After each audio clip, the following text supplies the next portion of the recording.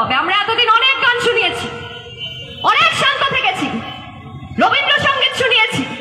সোনালী বলছিল আর রবীন্দ্রসঙ্গীত নয়। 2011 সালে মমতা বন্দ্যোপাধ্যায় ক্ষমতায় এসে কি বলেছিলেন? হ্যাঁ, বদল চাই, বদলা নয়। বলেছিলেন তো? সেই জন্য মাকুড়া রাস্তায় ঘুরে বেড়ায়, মাকুড়া মাথা উঁচু করে ঘোরে। মাকু কারা? কমিউনিস্ট, জানেন তো? সিপিআইএম, সায়ন সুজনরা ঘুরে বেড়ায়। তার একটাই কারণ, বদল হয়েছিল, বদলা হয়নি। আজকে 2024-এ দাঁড়িয়ে আমরা এখান থেকে বলছি বদল তো 2011-তে হয়েছিল, 2024-এ বদলাও হবে। হবে তো? হবে তো? গতকাল সোনারপুর দক্ষিণের বিধায়ক লাভলি মৈত্র তিনি তৃণমূলের বিক্ষোভ মঞ্চ থেকে নাম করে সুজন চক্রবর্তী, সায়ন ব্যানার্জি 2011 সালে বদল হয়েছে, 2024-এর মধ্যে বদলাও হবে। এ তো সোজা ক্রিমিনাল ইন্টিমিডেশন, সরাসরি ক্রিমিনালি থ্রেট। উনি প্রভোক করছেন, প্ররোচনামূলক বক্তব্য দিচ্ছেন, ইনস্টিগেট করছেন সামনে যারা বসে আছে।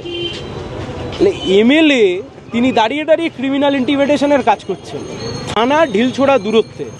আমরা তো ভেবেছিলাম থানা সুমোটো অ্যাকশন নেবে, থানা অবধি আমাদেরকে আসতে হবে, এ তো অনভিপ্রেত। আমরা তো বুঝতে পারিনি যে থানা অবধি আমাদেরকে আসতে হবে।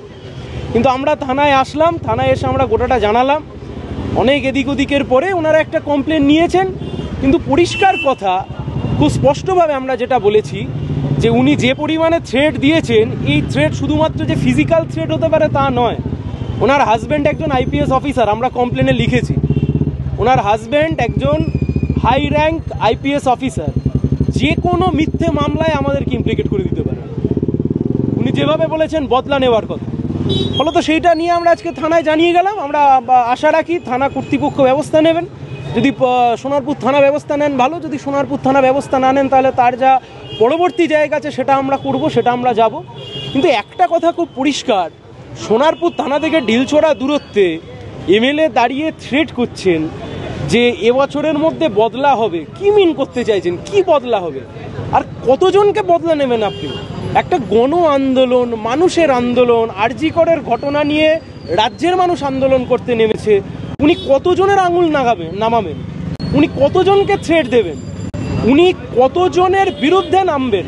উনি বুঝতে পারছেন না যে এটা গণ আন্দোলন। এই গণ আন্দোলনকে ম্যাডাম বেশি চোখ রাঙাবেন না।